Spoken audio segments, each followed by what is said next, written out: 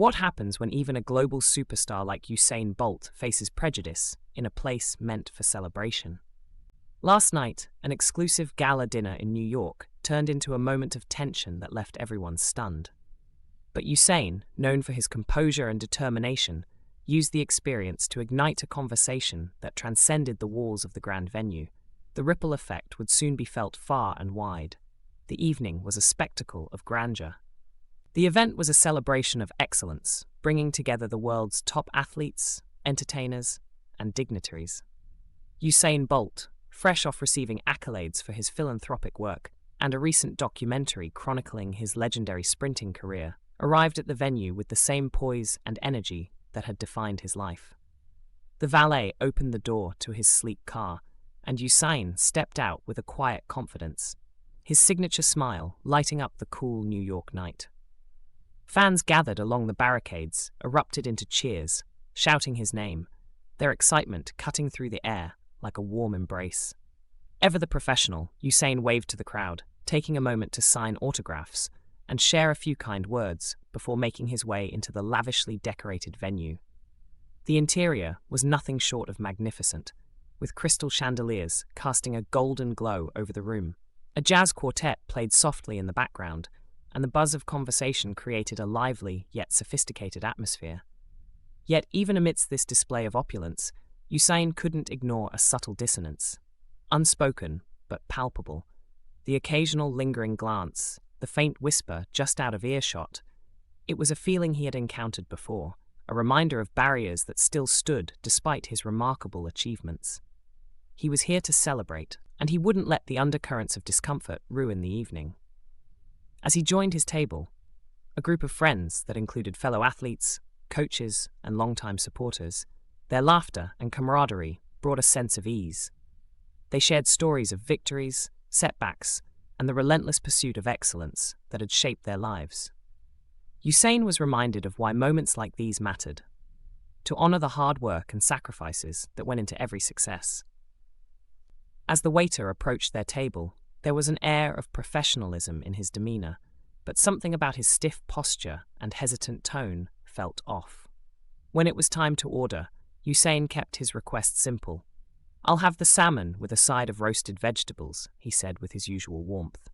The waiter noted it down, but paused for a beat too long before asking, "Would you like a drink menu, sir?" His tone carried an almost imperceptible edge, as though questioning whether Usain would appreciate the finer offerings of the evening. Usain offered a polite smile, brushing it off. "A bottle of Dom Perignon for the table will be perfect," he replied. The waiter's expression briefly betrayed surprise before he nodded and walked away. Usain caught the knowing glance of his friend, David, sitting beside him. "Did you catch that?" David muttered, his voice low. Usain shrugged lightly, a practiced indifference born of years of similar encounters. "It's nothing new," he replied, his tone measured. As the evening unfolded, the cracks in the waiter's attentiveness became more apparent. Their drinks took longer to arrive, their meals were delayed, and at one point, a couple seated at the adjacent table, who had arrived much later, were served their entrees first. At first, Usain tried to dismiss it as the chaos of a busy night, but the pattern became harder to ignore. Across the room, hushed murmurs grew louder. Usain could feel the weight of the stares even as he focused on his table's conversation. Then came the unmistakable moment. A man at a nearby table, elegantly dressed but with an air of self-importance, leaned back and swirled his wineglass with exaggerated flair. His voice carried just enough volume to be overheard. "These celebrities," he said to his companion, "always think they own the place. Fame and money can't buy sophistication." Usain caught the words, but kept his attention on his plate. David, however, wasn't as restrained. "Did you hear that?" he muttered. Usain gave a small nod. "I heard it," he said, his tone calm but firm. The man's voice rose slightly, just enough to make his words unavoidable. "You can run fast or jump high, but that doesn't mean you belong. Some people just don't fit, no matter how much they achieve." The words hung in the air, heavy with implication. Usain felt the familiar pang, a reminder of the outsider label that had followed him even at the height of his career. Quietly, he placed his napkin on the table and stood. His towering frame and commanding presence immediately drew the room's attention. The soft buzz of conversation faded into silence as all eyes turned to him. Usain approached the man's table, his expression calm but resolute.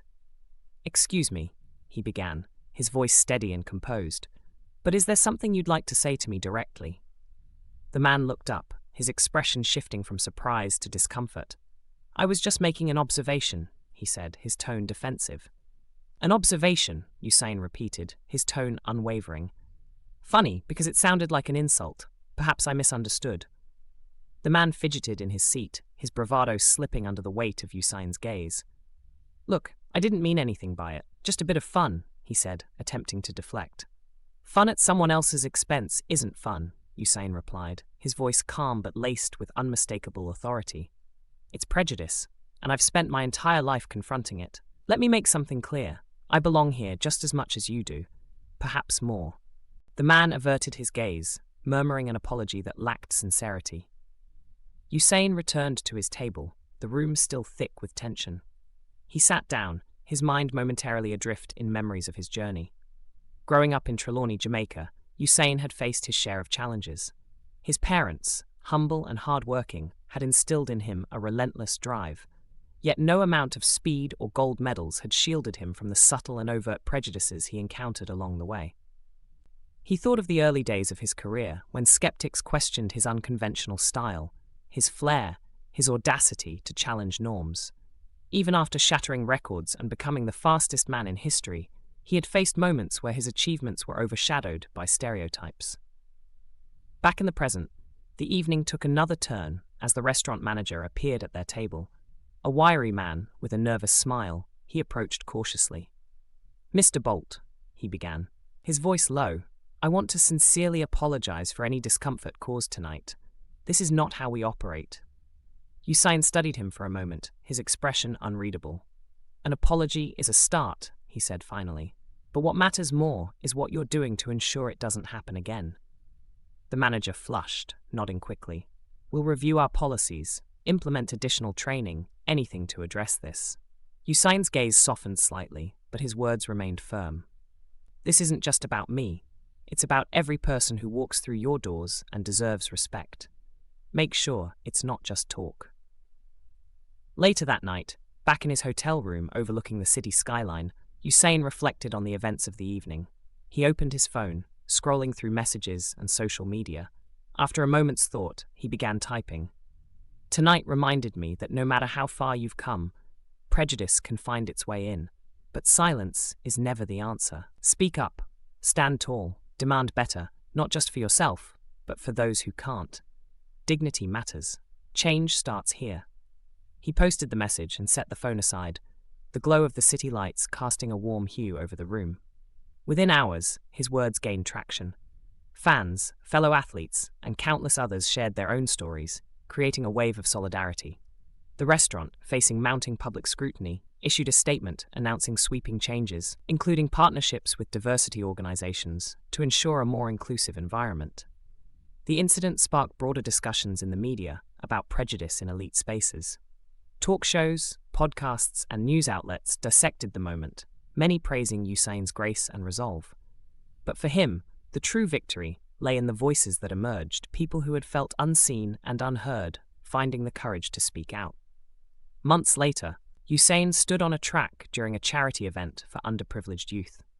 Watching the children sprint with unbridled joy reminded him of why he continued to push forward. His platform wasn't just a reward for his achievements, it was a responsibility to inspire change. The fight against prejudice was far from over, but Usain knew one thing for certain. As long as he had a voice and a legacy, he would use both to challenge injustice and empower others. Under the bright sun and the roar of the crowd, he stood unshaken, ready for the next race.